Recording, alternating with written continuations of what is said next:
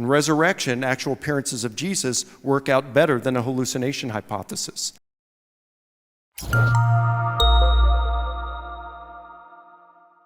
So you said, how do I confirm that Paul saw the risen Jesus? You know, if it were just Paul on that, I'd say, well, perhaps it's a hallucination, okay, if it's just Paul. If it was just Peter, I might say, well, maybe that was just a hallucination. You can come up with these different kinds of explanations, but the historian must look at all the data, and that's what explanatory scope is. And I look and I see, all right, Peter said that he had an appearance of Jesus. And Paul wasn't even a disciple. He hated Jesus. Jesus would have been the last person Paul would have wanted to see or expected to see. Paul was not grieving over Jesus' death. Here's a group appearance over here to 12. Here's another group appearance that's being claimed by the earliest Christians. You start to look at these and say, okay, well, group appearances are implausible. The appearance to Paul would have been unlikely. And then you got all these you put together and say, well, what's the best explanation? And resurrection, actual appearances of Jesus, work out better than a hallucination hypothesis. So that's where historical method comes in. I may not be able to look at a single data and say, I can prove it based on that.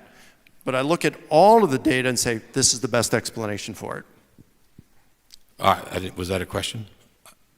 I mean, I can comment on it. I'll wait for my question. Oh, I'm sorry. It's your question time. I just don't what do you think of that? Okay. Thanks. So what I think of that is that in order to say that the resurrection is the best explanation for these facts, first of all, you have to demonstrate that resurrection is in fact a plausible explanation, that it's something that could happen. Which we did. When did we demonstrate that it's possible to be resurrected? We looked at the supernatural dimension. There's 4 evidences right there. And certainly, if there's a supernatural realm, you'd have to say that resurrections are possible.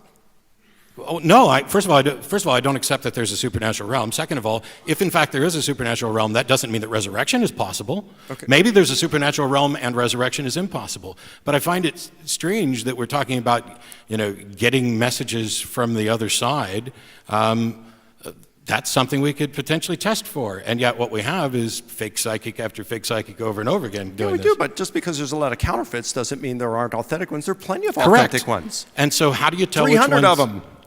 So you say there's 300 authentic. How do we verify that these are actually what they claim to be? Because there's this corroborated data from at least one external source.